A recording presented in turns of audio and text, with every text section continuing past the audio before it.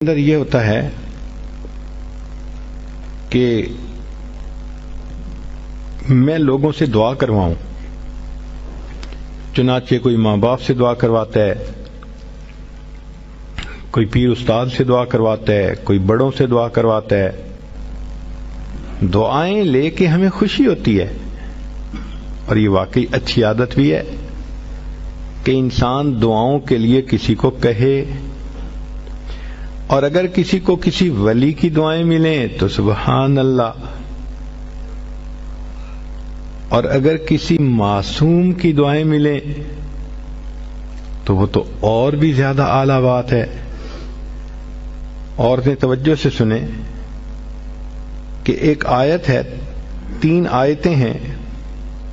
معقل بن یسار رضی اللہ تعالیٰ عنہ فرماتے ہیں کہ نبی اسلام نے بتلایا کہ جو شخص ان 3 آیتوں کو صبح اور شام پڑھ لے گا تو 70,000 فرشتے اس کے لیے دعائے رحمت کریں گے۔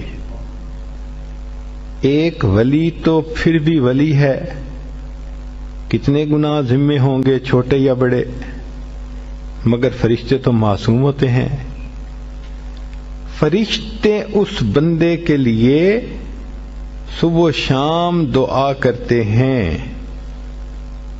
تو حدیث پاک میں ہے کہ جو شخص صبح کو 3 آیات پڑھے تو شام تک فرشتے 70,000 فرشتے رحمت کی دعا پڑھتے ہیں، اور اگر شام کو پڑھے تو صبح تک 70,000 فرشتے دعائے رحمت کرتے ہیں، اور اگر اسی دن وہ فوت ہو جائے تو اللہ تعالیٰ اس کو شہادت کا رتبہ عطا فرماتے ہیں۔ اب یہ 3 آیتیں سن لیجئے۔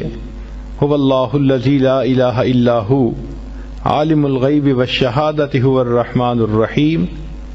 پہلی آیت، هو اللہ الذی لا الہ الا هو الملک القدوس السلام المؤمن المہیمن العزیز الجبار المتکبر سبحان اللہ عما یشرکون۔ یہ دوسری آیت۔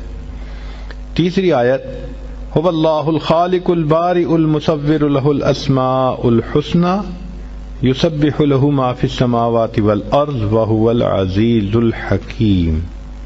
یہ 3 آیتیں جو بندہ صبح پڑھے تو شام تک 70,000 فرشتے اس کے لیے رحمت کی دعا کرتے ہیں، اور اگر اس دن میں فوت ہو جائے تو شہیدوں میں اس کا نام شمار کر لیا جائے گا۔ ہمیں تو چاہیے کہ ہم اس عمل کو جزو زندگی بنا لیں۔ 3 آیتوں کو پڑھنا کون سا مشکل کام ہے، اور دیکھیے اجل کتنا بڑا مل رہا ہے۔ تو بچیاں، عورتیں کوشش کریں کہ ان آیتوں کو روزانہ پڑھ کے فرشتوں کو اپنے لیے دعا پہ لگائے رکھیں۔ دل کی یہ چاہت ہو کہ بس ہر وقت فرشتے میرے لیے رحمت کی دعائیں کرتے رہیں، میں ان کی رحمت کی دعاؤں میں رہوں۔ لا الہ الا اللہ